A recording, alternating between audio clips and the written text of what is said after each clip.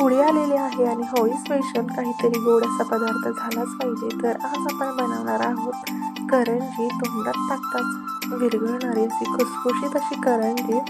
चला तर मग पाहूयात साहित्य.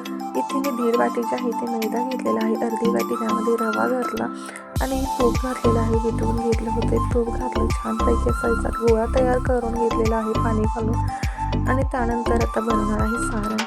पीठ भिजायला बाजूला ठेवून दिले मी.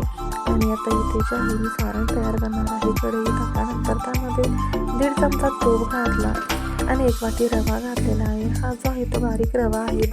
रवा जो आहे तो मी ते भाजून घेतलेला आहे छानपैकी. त्यानंतर किसलेलं खोबरं घेतलेलं आहे 1 वाटी, ते सुद्धा मी ते गॅसवरती त्याच कढईमध्ये भाजून घेणार आहे. छानपैकी खरपूस असं लालसर रंग येईपर्यंत खोबरं भाजून घेतलं. ते सुद्धा काढून घेतलं एका भांड्यामध्ये.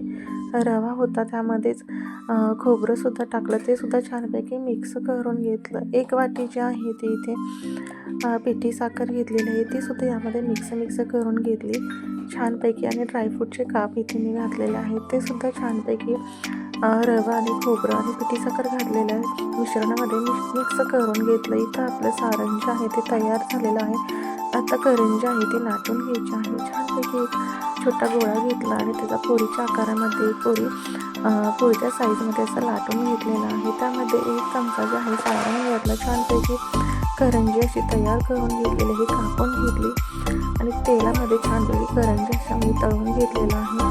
तुम्ही पाहू शकता खूप अशा छान करंजी झालेल्या आहेत. अगदी तिला तेल छानपैकी तापवून घेतलं. त्यानंतर मंद आचेवरती छानपैकी करंज्या ज्या आहेत त्या भाजून घेतलेल्या आहेत. मला करंज्या ज्या आहेत त्या लालसर रंगावरतीच आवडतात, त्यामुळे अशा छान थोड्याशा लालसर भाजून घेतलेल्या आहेत, तळून घेतलेल्या आहेत. त्यानंतर उरलेले ज्या करंज्या होत्या ते सुद्धा तेलामध्ये मी छानपैकी अशा तळून घेतलेल्या आहेत. तुम्ही सुद्धा नक्की ट्राय करा आणि व्हिडिओ आवडल्यास व्हिडिओला एक लाईक आणि चॅनल नक्की सबस्क्राईब करा. तर अशा प्रकारे जे आहे होळी स्पेशल मी करंज्या बनवून घेतलेल्या आहे. तुम्ही सुद्धा नक्की ट्राय करा. अशा प्रकारे मी सर्व करंज्या तळून घेतलेल्या आहेत. कसा वाटला व्हिडिओ तो सुद्धा कमेंटमध्ये नक्की सांगा. चला तर मग भेटूया नवीन एका व्हिडिओमध्ये. तोपर्यंत मस्त खा आणि स्वस्त राहा. बाय आणि व्हिडिओला एक लाईक आणि चॅनल नक्की सबस्क्राईब करा.